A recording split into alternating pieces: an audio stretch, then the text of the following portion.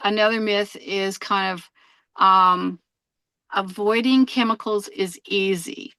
That's what some people seem to think. They think it's easy in modern life. Well, it would be easier if they, could refrain from the chemicals in their deodorant and their body soap and their laundry detergent and their dish soap.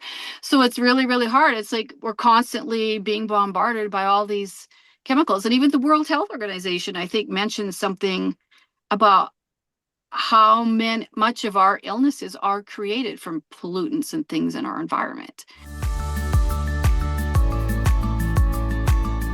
Hello, and welcome to your Indoor Air podcast, brought to you by Change the Air Foundation. My name is Kendra Seymour, and today we're going to be talking about multiple chemical sensitivity, or MCS for short. Now, for those diagnosed or suffering from this condition, navigating daily life can be challenging because of the countless number of fragrances and chemicals and products that are in our everyday environment, whether you're at home or at school or at work or the grocery store or the mall. All of these things can, in our indoor air can trigger a wide range of symptoms in the people who are affected. And many of these symptoms can be rather debilitating. So our guest today is Marie LeBlanc, and she knows firsthand the challenges of living with MCS. From severe health struggles to the difficulty finding safe housing, Marie has faced obstacles that many of us can't even imagine. She's lived all over the US and Canada, and as a result of her struggle to find safe housing, she's now navigating life from a unique perspective of living in a van. But Marie isn't just surviving. She's using her experience to fuel her art and her advocacy, raising awareness about MCS and fighting for change. And today we're going to talk about her journey and the misconceptions surrounding MCS and the changes she hopes to see in society. Plus, she's going to offer some wisdom for both those struggling with this and those who may not be as familiar with how our indoor environment can affect our health. So this is an important conversation about resilience and awareness and the urgent need for safer environments for all. So thank you so much, Marie, for being here. You're welcome. Thank you very much. Okay, so let's start with, for those who maybe aren't familiar, what is MCS and what are some of the symptoms? MCS is where people have adverse reactions to various things in the environment, like cleaning chemicals, laundry detergent, smoke. Also, there's electrical hypersensitivity, which is also, Wi-Fi, electronics, building materials, you name it. There's so many things, and it can be from, mild for a person to completely debilitating, where they cannot even function at all. And some of the symptoms are like there's a whole range, brain fog. It can affect multiple body organ systems as well. So that will confuse when you go to a medical practitioner. It sometimes is confusing because the tests may come out normal and it's really just the environment. So brain fog, pain, for me, sometimes it would have been slurring my memory, and that would be with mold exposure too, where I've had kidney failure with mold. And For me, I have interstitial cystitis. However, the symptoms become worse when I'm reacting. Same with intestinal issues. There's just so many things for symptoms that are different for various people. Yeah. And I think the challenging thing too, and you kind of touched on this, is there are different triggers for different people, and then it impacts you in different ways. And then you go to a doctor and they're not connecting the dots, because in one case it's brain fog, but then also GI. And so then you're seeing all these different specialists and no one's looking at the picture rather holistically. So it can certainly be a struggle to kind of get this diagnosis. So you've kind of touched a little bit on your health struggle, but can you speak to that a little bit more about your journey, like how long you've had MCS, and what life kind of looks like with that? Okay. I also did forget to mention pesticides. That's one of my things too. So for me, I was born 2 months early, and I had a bad start to begin with. So I've been sick ever since I was born. And when I lived in residence at university, there was mold. So for me, there's mold. Buildings were sprayed with pesticides. I've had over 20 surgeries for things. And I do notice, though, that the things I went for surgeries for, that when I'm away from my triggers, I feel much better. Right now, like I think it was 95, I had to quit my job due to chemical sensitivities. And then after that, it led to my struggle of trying to find housing. It was constant, like looking from one place to the next, and losing friends because I kept moving and I needed them to help me move. And I did get on disability. I had my own car and I had to give that up because that was, you know, the rules for disability, and I had to start taking the bus. And that was really, really hard. And I realized after a long time, I just couldn't do it. So I started walking to my medical appointments. I can't remember the question. And that's part of my thing too, is memory and brain fog. No, that's understandable. And I think that's a symptom that a lot of people listening might relate to, whether it's from multiple chemical sensitivities or mold related illness or a tick-borne illness. It is very scary and frustrating when you sometimes struggle with that. So let's look into that a little bit more. So you had mentioned the bus, because if somebody isn't living this, it's really hard to imagine. Why is something as seemingly simple as taking the bus, why was that problematic for you? Oh man, I would get so lost. I'd be in pain, I'd be in confusion mode. Uh, my bladder would go nuts because I'm reacting to the either whatever they spray, because sometimes there's, bugs or whatever they spray for in the bus. And then I would get to work and I couldn't think. I couldn't concentrate. And, people are looking at me like, what's going on?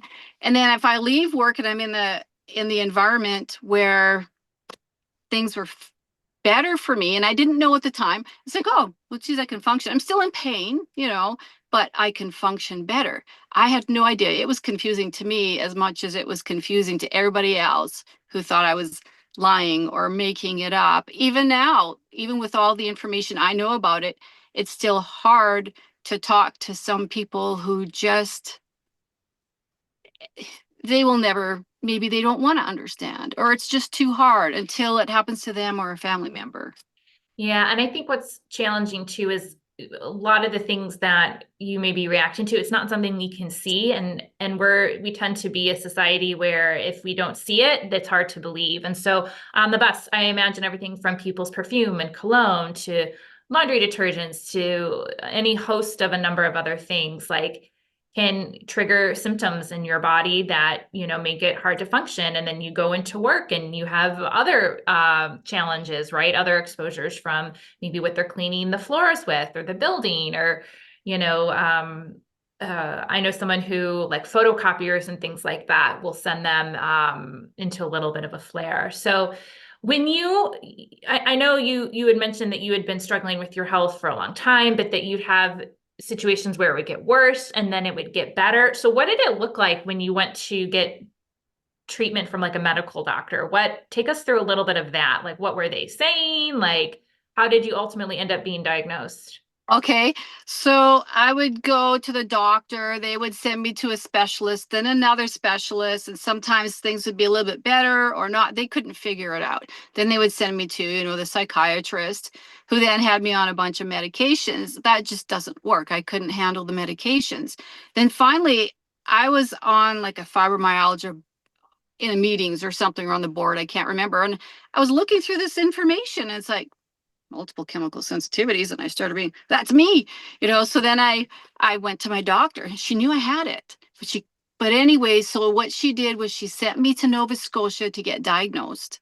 And so I went there, got diagnosed, came back to Manitoba, couldn't get the things I needed that was part of my treatment.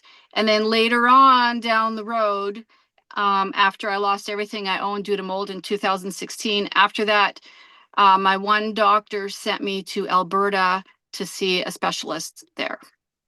So And what did that look like when you got to that specialist? oh my goodness. He was so kind. He knew all about it, and he couldn't believe, because it was a psychiatrist that sent me, and psychiatrists normally don't send you to an environmental doctor, but my psychiatrist kept saying, you don't need me. I'm going, oh yes, I do. Because he was my supporting doctor who supported the most with chemical sensitivities. So anyways, he sent me there, and my new doctor in Alberta helped me understand electrical, which I didn't even know I had. and he would write down stuff on paper because I was having a hard time with my memory. He would explain things to the nth degree, which I needed, and he would repeat himself because I couldn't remember. And it was just awesome. The hard part, though, of going to Alberta was I did lose my disability from Manitoba. And I ended up basically being on the streets of Edmonton with my gutting my van and begging for people to help and finding other people like me and just trying to do little odd jobs just so I can kind of make it. Because I think it was 2 years where I didn't get disability again. I mean, I had the CPP pension plan thing, but that wasn't much. Yeah. Yeah. And I think one of the challenging things is I'm glad you finally found a doctor who believed you. There is, um, you know, people might be more familiar with bigger events, things like around 9/11 and Gulf War syndrome and the Southwest 7, big events where we have a large group of people and something happens, and then it triggers kind of a number of illnesses, whether you want to call it sick building syndrome or multiple chemical sensitivities, and they're all a little different in people. And we recognize that. And there's research going on. We'll have an interview with Dr. Masri, who's doing some really interesting research, and Dr. Dempsey talking about the actual mechanism that happens in the body for this. So for those listening, if you want to check that out, we'll have those available as well on our website, changetheairfoundation.org. So now that you had like a diagnosis, what did they tell you treatment looked like? Housing. Housing. Okay. the the most important thing, well, housing, food, water, eating all the right things. And at that point in time, I was paying rent in a place, probably spraying pesticides and leaking in different apartments. And I didn't know mold was my thing at that point. So basically, treatment was I needed the proper air, the proper building without all the chemicals so that my body would have the chance to heal because it's constantly fighting. It's like if there's going to be pesticides, there's no chance for my body to heal because I'm fighting against the pesticides or whatever's in there, the laundry exhaust. It was really, really hard living in an apartment building. It's so much easier in some ways living in my van in some ways. So we're going to get to that. So I wonder if you can touch a little bit about what happened with you and mold, though, because that was really interesting. And some of our listeners are coming at this from a mold perspective. And just as an aside, sometimes those who develop mold-related illness, right, maybe that's the initial trigger, they will find that they then develop multiple chemical sensitivities. So then they start reacting to things outside of mold and other things that normally didn't have an immediate or noticeable effect on them. Not to say it wasn't impacting their health, because VOCs, as if you've been listening to our followers the last few weeks, we've been highlighting VOCs and other hazardous air pollutants and how those impact your health. But yeah, can you tell us a little bit about the mold in that situation and kind of what happened the before and after? Because it's pretty shocking. Okay, well, there's actually a few times that I can think of when I started thinking about mold. I remember living in residence. Well, they used to have water fights and everything right in residence. So it smelled like a skunk in there. It was so bad. And I was so sick. I couldn't figure out why am I sicker. And then of course I moved to a place in Winnipeg and it was leaking urine and feces behind the wall for like 3 years. So I ended up pretty much, getting rid of like the stuff I owned. And then that's what started my journey of being kind of nomadic. First of all, couch surfing, which I was too hard, and then got my van. And then when my doctor sent me to Edmonton, it was really, really cold. I didn't have any heat or anything. So I stayed in someone's place. I figured I would just try and stay in there because I didn't know what to do. And there was mold. And I had kidney failure. I kept saying in the beginning, there's mold, there's mold.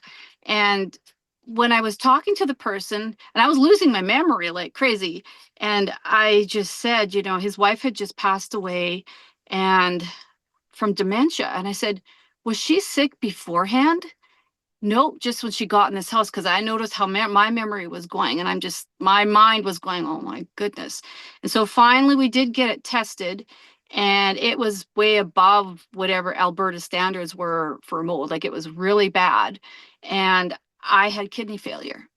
So the general practitioner had spoken with my environmental doctor, and we decided, because I pretty much knew it was the mold. that was doing this. So we took the risk, even though the general practitioner had people getting ready for the hospital for me to go there. I knew that I've had lots of procedures for things. I knew that this was my environment. I didn't want to have to deal with something else. And then reacting to things in the hospital, like the cleaning chemicals and other things. So a week later, I didn't have kidney failure. But I do know now, though, that certain things will affect my kidneys more than they have before. So when But you moved out, all of a sudden your kidney issues resolved. You didn't need to be hospitalized. You didn't need surgery. You removed the exposure and your body was able to function a little bit more normally. yeah, it was like I felt like I was on my own guinea pig or something. I'm like, I know it's my environment. I just don't want to be on kidney dialysis or something like that for the rest of my life. I'm just going to leave. And that's after that is when my doctor said, I'm going to live in the desert in the winter because there's the electrical in the house, there's the chemicals, the building supplies, and mold. Yeah. So, and now I'm just going environment to environment. Yeah. So you split your time between Canada and the US, Yeah. right? Trying to avoid the Canadian winters. So talk to us a little bit about what living in the van is like and how you manage your needs and how you kind of got to that point. Because it wasn't just like, well, this is, I mean, it was a long journey to get to that point. Well, just to get to the van, I remember staying at a place and one of my friend's son was very, let's just say I was so scared of him. That was my decision. I'm getting a van. But then I couldn't even go into my van that I had gotten because it was too scented. So I had, people come over and try and help and descent it. And I remember someone said to use vodka. And I'm like, I never go to the liquor mart. So I went in the liquor mart and I said something to this guy about I'm detoxing my van. And his wife worked for, is it called Alcoholics Anonymous? So he followed me out the store thinking that I'm the one detoxing. So I said, no, let's go to the van. I'll show you. Really, there's coffee grounds, vodka. There's everything here that I'm trying to detox my van. And I think it just left like, oh my goodness. So it took a long time for that. And then I covered it in silver, like Mylar. In the end, I couldn't get it out. And then I actually had to gut it, which is what I did on the streets of Edmonton. So then, and the doctor had also said, live in a van. So I did that. And then I went to the States and I was kind of nervous about going because I'm by myself. I met a lot of people. I meet a lot of people with chemical sensitivities or Lyme, and I have Lyme as well. And it's quite the thing trying to figure out where am I going to camp for the night. There's the physical safety, the environmental, cell towers, those power lines over top, laundry exhaust. It's really, really hard. It's actually exhausting. So I do that. Or one of the first things when I go into a town is, okay, garbage can. You just the small things that people don't even think about. How am I going to cook? Where am I going to cook? Is there going to be a fire pit? It just goes on and on and on. And oh, I guess I might need to have access to a bank. There's all these different things, and people don't realize how hard it really is. They think I make it look easy, but it's not. Yeah, you have to be very intentional about everything, right? From how am I going to meet my basic needs? If I need to take a shower, if I need to run to the bank, or if I need to go to the grocery store, like so much of that has to be, I imagine, like planned out in advance. And then I imagine you also have to be flexible, right? Maybe you get somewhere and you think, oh, this is going to work out, and then you realize that it's not. Yeah, and sometimes it's like I just don't know. I gotta stay here because what else do I do? Yeah. Sometimes it's just like, what do I do? Yeah. Um, yeah, it's really, really hard. I said in the introduction though that you're not just surviving though. You are trying to bring about change. So you are an artist and you do a lot of advocacy work, and you're really trying to get like the public involved. So tell us about that. Um, Actually, I have been in different situations where I've attended meetings or proposed resolutions and things like that. Do you want to talk about the art first or the advocacy? Why don't we start with the art? And then I had one called Who Says We Need Fresh Air, where I was actually just faced homelessness. And I collected quotes from people from around the world, and I started projecting them onto structures. And I cannot tell you how many people came up to me who either had the condition or knew someone or felt really bad because they had shunned someone who had it. And one person said, I'm going to go, I don't even know if this person's alive. I'm going to go try find this person, because they didn't know. And then I had a short film, MCS and EI Awareness and Acknowledgement, which has been played at UCLA and the Canadian Museum for Human Rights. And it's won like, I don't know, 6 awards or something like that. And that is only 8 minutes long, and it's people I met along my journey.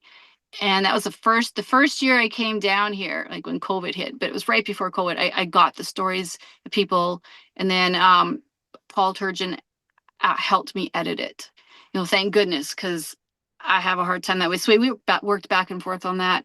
And then my latest thing right now is I call it Illuminate Canada Yellow. On May 1st, I'm going to have from coast to coast to coast, where at least one structure, be it a bridge or a fountain, lit yellow to raise awareness for environmental sensitivities. So in Canada, we call it environmental sensitivities, which includes multiple chemical sensitivity, electromagnetic sensitivity, mold illness.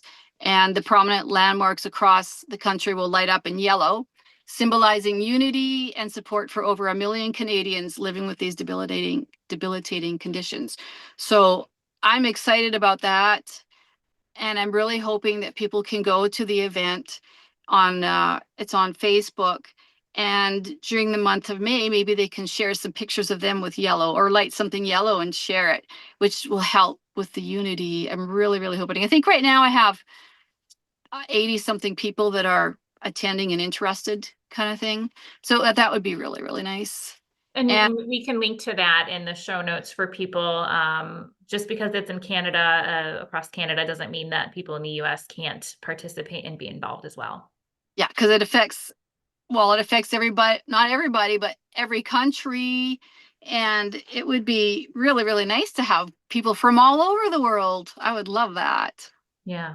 Yeah. So that advocacy work I know is so important. I think we'll touch on that too in a bit more detail in a moment. But what are some of the common misconceptions? I mean, you kind of alluded to it, that you faced, or that, people you've met along the way have faced, about multiple chemical sensitivity. Yeah, one of them is people think it's a psychological condition.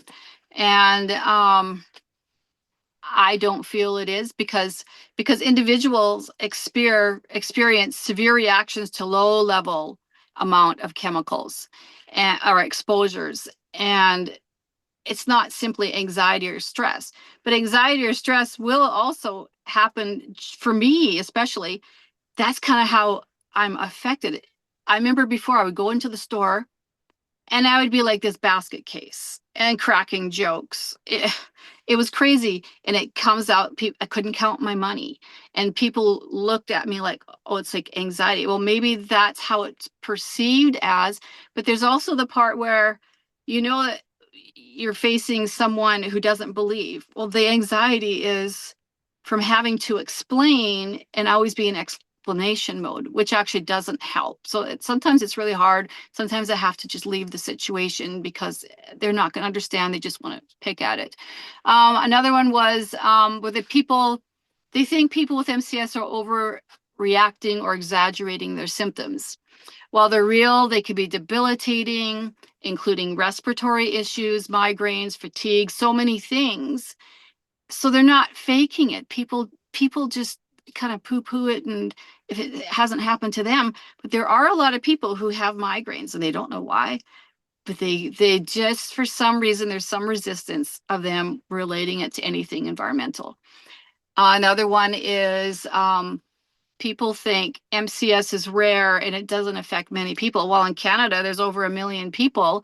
And how many people have so many symptoms and don't know what it is? It could be mold, could be MCS, could be both, could be Lyme, and they just aren't being diagnosed. So many people are so sick. And then they think another myth is kind of avoiding chemicals is easy. That's what some people seem to think. they think it's easy in modern life. Well, it would be easier if they, could refrain from the chemicals in their deodorant and their body soap and their laundry detergent and their dish soap. So it's really, really hard. It's like we're constantly being bombarded by all these chemicals. And even the World Health Organization, I think, mentioned something about how much of our illnesses are created from pollutants and things in our environment. So it's a big thing. It's so big. So those are like the main things. I think there's a lot of, myths and misconceptions. Sure, sure. No, and that's helpful. And I think too, just to add to your point, I think there's something upwards of almost 80,000 registered chemicals for use in our everyday products, just in the US alone. Many of which we don't have the necessary like health data, especially the long-term cumulative data on what those exposures look like over time. And so this is not like our great grandparents' generation either, right? And for the most people, we spend more than 90% of our time indoors. And so what's in your air matters to your health. And that's why we have those conversations at the foundation. Because many of these things, sometimes they have an odor, sometimes they don't. But in most cases, we can't see them.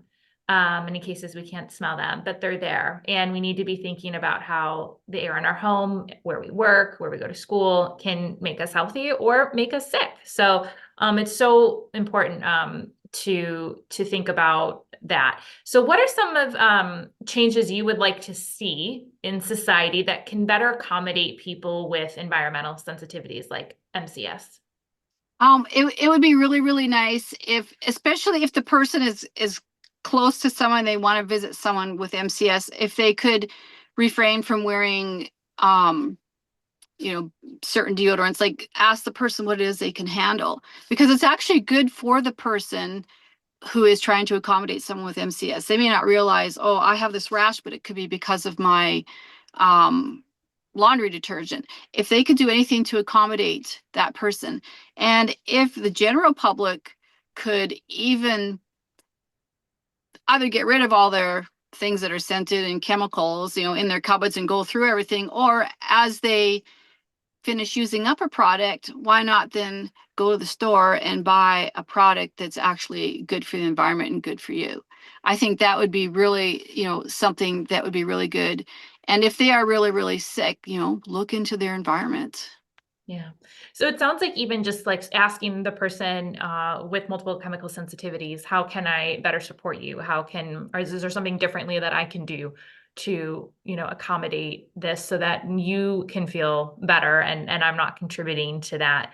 And then just that general awareness in public and while I don't have multiple chemical sensitivities, my journey has resulted in me being more sensitive to certain things and I notice it. And once you get rid of fragrances in your cleaning products and deodorants and things like that, you suddenly realize just how many places, I find it very overpowering sometimes to walk into certain buildings and I'm a lot more aware, like, oh, I probably would have never even thought twice about that before. But yeah, it's definitely something that if you're listening today, I challenge you to, as you go through your day, pay attention to what you're noticing, what you're smelling, where you are, and think about what life might be like for someone with multiple chemical sensitivities. So what, in your opinion, like if you had to give like one tip for the public, is there anything that you would say to them? Yeah, basically start now to reduce chemicals in your life. Like now is the time. If you wait for the future, it might be too long. You never know if you'll develop multiple chemical sensitivity.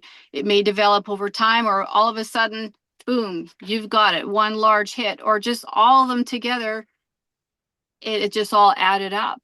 If you can live in a clean environment, that would be one thing that would really, really help you. And if you're already living in a clean environment, that's great because you're probably on to the next bigger and better, eating organic and drinking the right kind of water and starting with exercise and things. You'll have a better chance at maintaining a better lifestyle if you can have like that clean air, clean environment. Yeah. So even if you're not impacted, it's not the message I think there is to prevent it from happening to you, right? Be cognizant of your exposures, take steps. Small steps can add up to big changes over time. Whether it's swapping your cleaning products or ditching the candles or moving to fragrant-free personal care products, like all those little steps can make a big difference over time. And what about any wise words for anyone who's currently struggling with this? Because you're living in your van. Not everyone is at that point or needs to be at that point, but it can feel very isolating. I think that was a word you had used before. So what advice do you have for them? Well, I just want them to know they're not alone. There's so many people, there's so many Facebook groups out there that can help you, and just keep on going. You will hit a lot of roadblocks, and you will realize that you are stronger than you think you are. You will not believe how much of a survivor, thriver you really, really are. And if you can go to any of the Facebook groups, that would be great. I can't remember the names of them right now, but you do look up multiple chemical sensitivities, or if you have mold, there's mold groups. You might know some. I can't remember them because I haven't been on them as much lately. Yeah, and maybe we can try to find those and link to them in the show notes after this call. So that is really helpful. And I imagine people might, if they've been listening and they think, oh gosh, that sounds like me. If they had follow-up questions for you, or they wanted to learn more about your advocacy work and what's happening in May, how could they get into contact with you? Okay, well, they can go to marieleblanc.net, and on my blog, because that's the most up to date right now, on the blog part, it shows the event, and they can click on it and go on to the Facebook event. And they could contact me at whosaysweneedfreshair@gmail.com. But my site is more the art and advocacy, not really the explanation and the other information.